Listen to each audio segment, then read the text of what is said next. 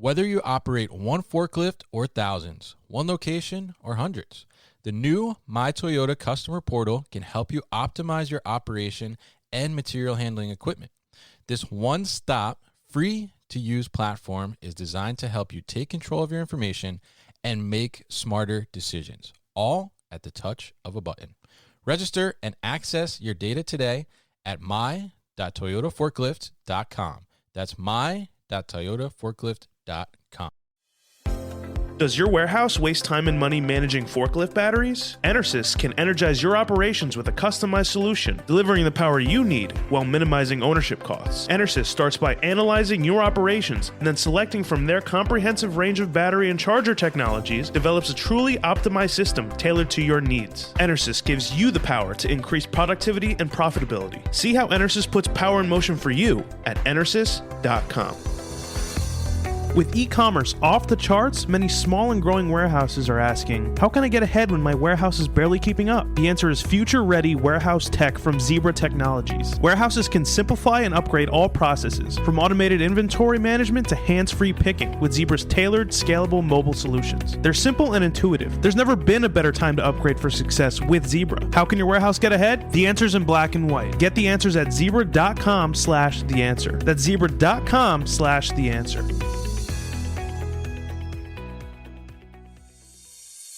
Businesses are retooling fulfillment operations, from warehouses to omnichannel, to meet new demand amid unprecedented labor shortages. 3PLs, retailers, B2B distributors, and others are turning to flexible fulfillment solutions like 6 River Systems to adapt and scale. 6 River Systems Fulfillment Execution System is an integrated solution that combines intelligent, cloud-based software and automation, including its autonomous mobile robot, AMR, Chuck. No costly or disruptive infrastructure changes, fast and easy associate training, and integrations with other warehouse execution solutions allow operations to meet labor challenges, increase efficiency, and enhance customer engagement. Go to www.6river.com to learn more. Go to www.6river.com to learn more.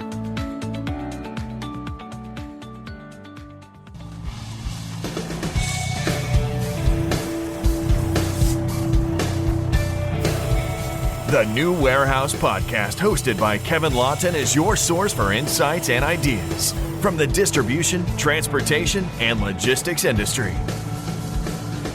A new episode every Monday morning brings you the latest from industry experts and thought leaders. And now, here's Kevin.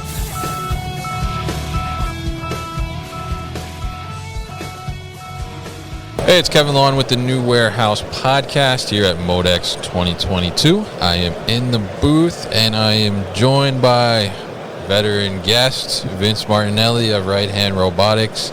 I think Vince has been a guest ever since ProMan 2019, I think, was the first time you were on the podcast. I think that's right. Yeah, that's right. I think it's the first time we met, and I think you've probably been on, I don't know. 2-3 times now, yeah. You might be getting to that 5-time club, maybe. I don't know. Is that the platinum level? Is that what I'm at? Yeah, you're like on SNL, you get the 5-time host, you get special jacket, stuff like that. Oh, cool. So, yeah. I look forward to that. Thanks.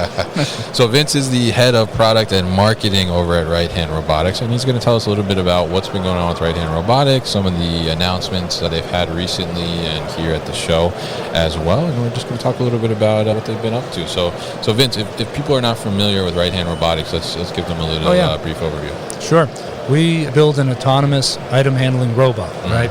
It's a data-driven piece picking machine for use in warehouses, like for e-commerce. And unlike a lot of automation that's designed to move pallets or cases, we're really handling individual products, such as from an ASRS tote. They're stored in inventory, and I say the first 3 feet of the last mile starts when you get the item out of the tote and put it into the downstream container. So we take care of the first 3 feet. And I think what you've developed is really unique in a sense, and really kind of took a challenging issue in the role of automation, is that real grasping technology and the fact that you're able to grasp those individual items and do it efficiently and consistently as well. And I think that's one of the big things you guys are known for, right? Yes.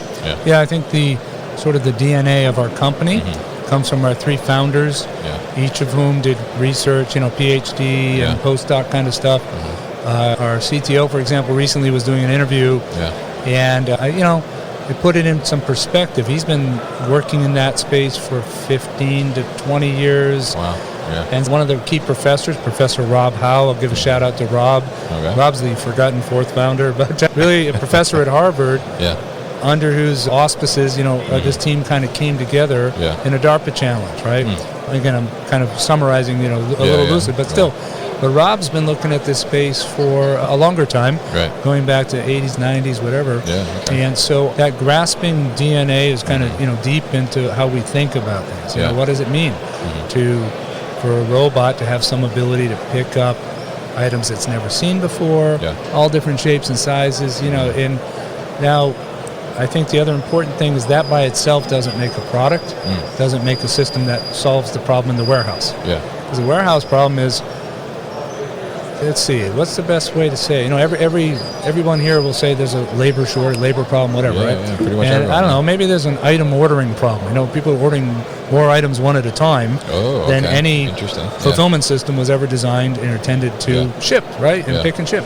So, anyways, if your revenue growth in retail is being limited by the fact that I can't get the items out of storage into the bags and boxes out the door, well, then this robot can help fill that need, right? So you take that grasping knowledge, you bring in some computer vision, AI, machine learning, and you kind of put that all together on a properly designed hardware platform that's industrial grade and reliable in warehouses and all of that. In the last couple of years since we last spoke, we've gone through a full CE compliance regimen, which is important for international business and so on. Anyways, you put all that together. Again, our tagline, we say we own the pick. So whether you're a system integrator or the end customer, you can count on this robotic machine to do that picking task for you. And that's that starts though with the grasping understanding.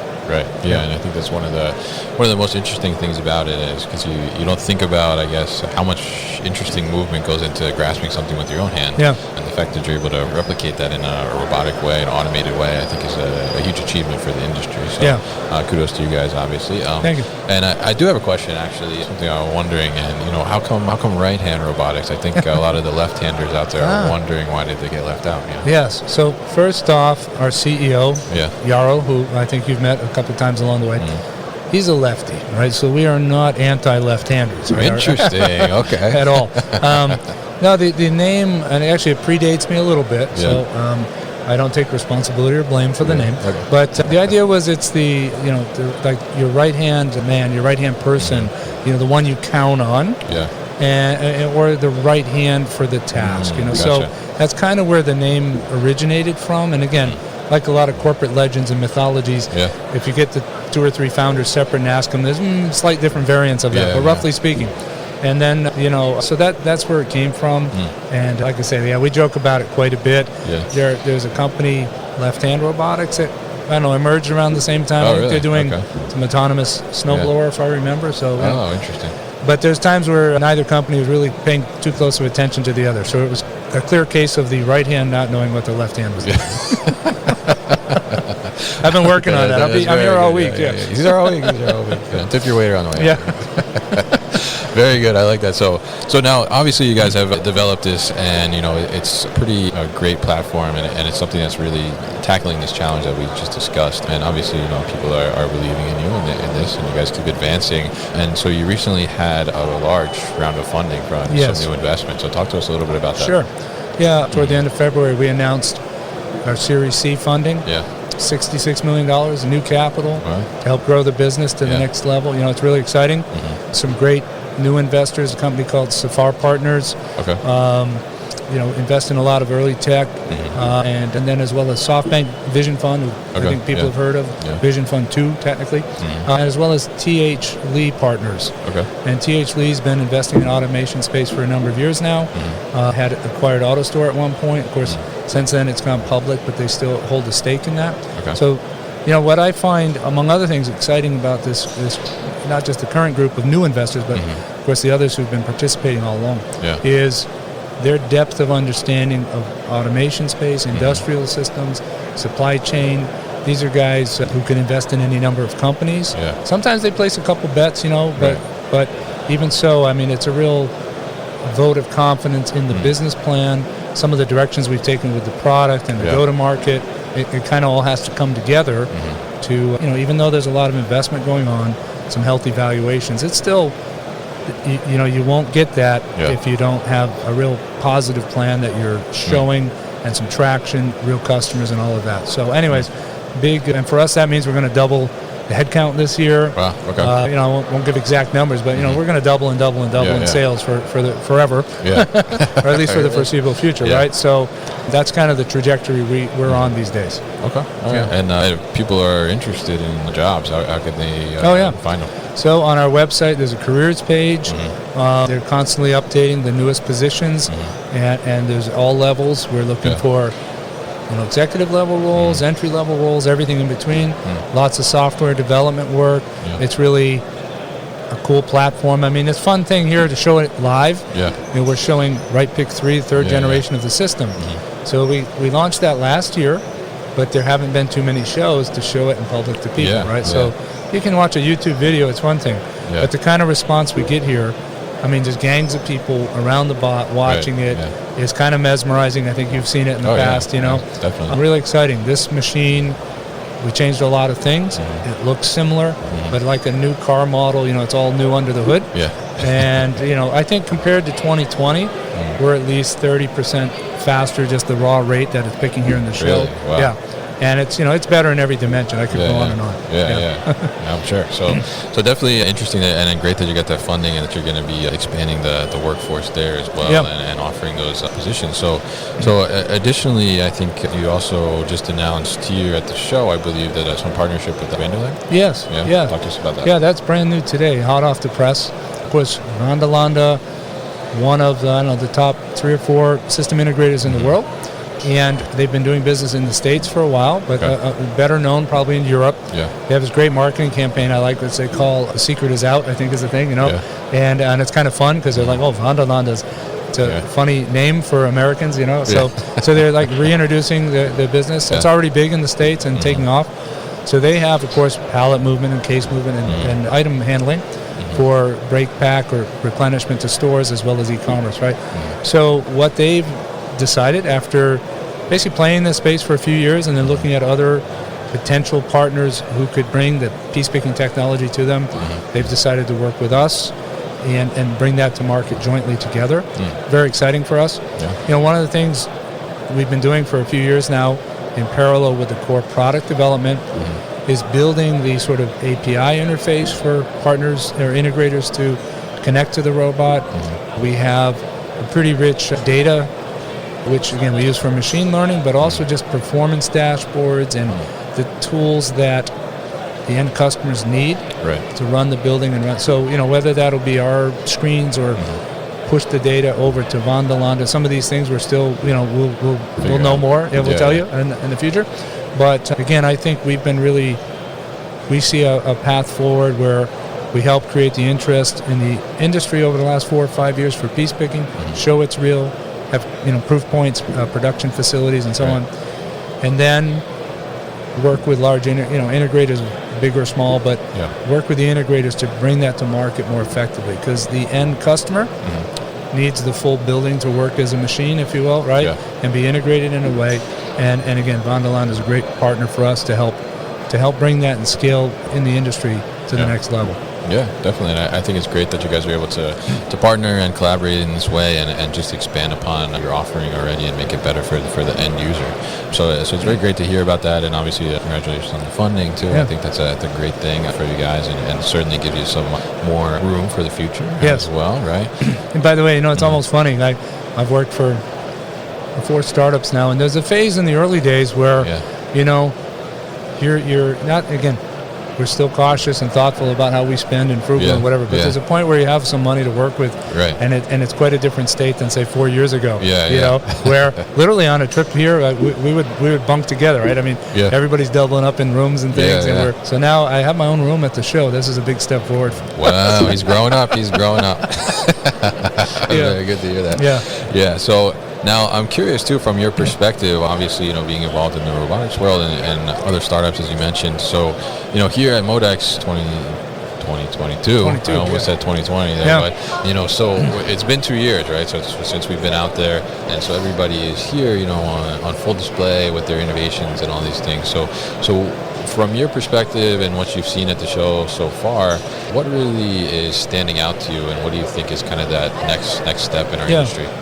Well, and it's, I would say, a broader trend, more than one specific, you know, new thing or whatever. Yeah. And you know, I think you know from our previous conversations. Oh, let's see. The first MODEX I went to was probably 2008. Okay. It's part of Kiva Systems back then, right?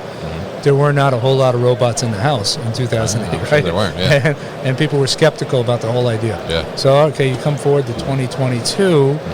This isn't exactly a robot conference, right? But there's robots everywhere. AMRs, AGVs, picking robots, on and on and on, right? Yeah. So, again, I think we talked about the drivers of the demand and the e-commerce and so on. The technology has evolved, right? Things that were expensive or complex or impossible 5 years ago, 10 years ago, are now achievable with the cost points, scalability to manufacturing scale, the reliability, the process predictability. As we were getting ready for the show, we were putting together some visuals on our data dashboards and performance monitoring, right? Okay. And we took data from some live sites, anonymized it a couple different ways so you can't tell where it is, and we said, let's show 10 robots, but it's live data from a couple weeks of robot work. And it turned out the throughput, I was a little stunned when I looked at the data. Yeah. The throughput per robot, the variability across the whole fleet was like plus or minus 2%. Really? Right? Yeah. Interesting. And picking individual items. I would have, I don't know what I would have guessed. I hadn't really thought about it. We talked about a robot being more consistent and predictable than human workers. Yeah. And I know from previous experience, if you lined up 10 people or a couple shifts at 10 stations and you work for a couple weeks and you look at the average throughput per station, well, there'll be an average, but the plus or minus from the slowest to the fastest is more than 2%, right? It might be 30% or something, right? It's a big variable. So that's one thing that's kind of interesting about ours is like, wow, this predictability and consistency where it's at is a great level. But across the industry, so the tech, the productization, things have moved along with robots to where supply chain people and e-commerce fulfillment operators can really count on it. Yeah. If it was a curiosity 14 years ago, if some of the newest stuff was unaffordable 8 to 10 years ago, now this is still a supply chain logistics, conference. Right. The only reason the robots are here, not because of the science, because they're real. Yeah. And now it's just, how do you imagine putting them together most effectively to run you and drive your business, right? I sometimes compare this change to if you look over at streaming video, right? Yeah. So we had Blockbuster back in the day. We had Netflix renting DVDs, and so on. But now with the evolution of that the core network technology has gotten so cheap.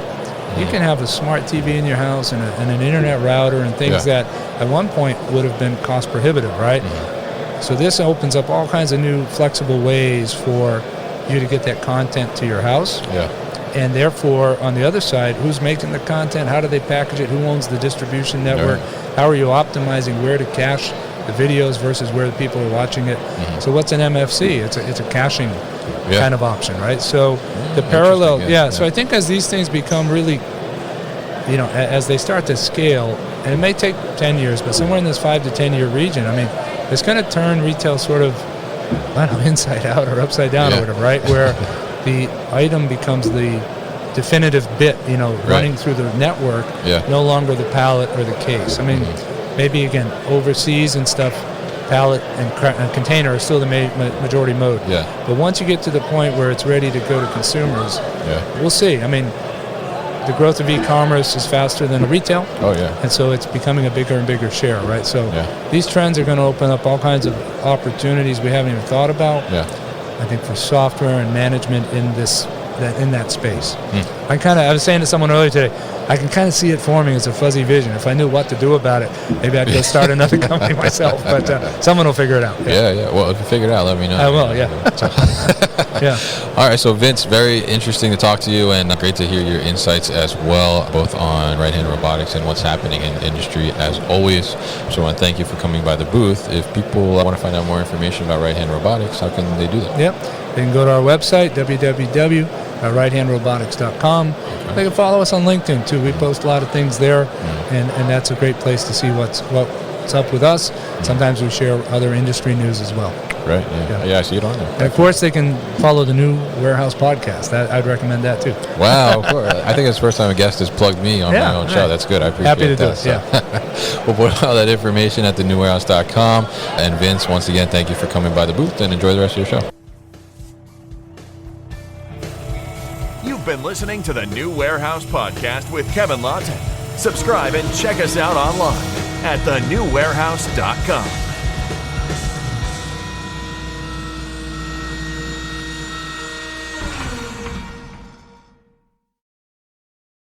Thank you for listening to this episode.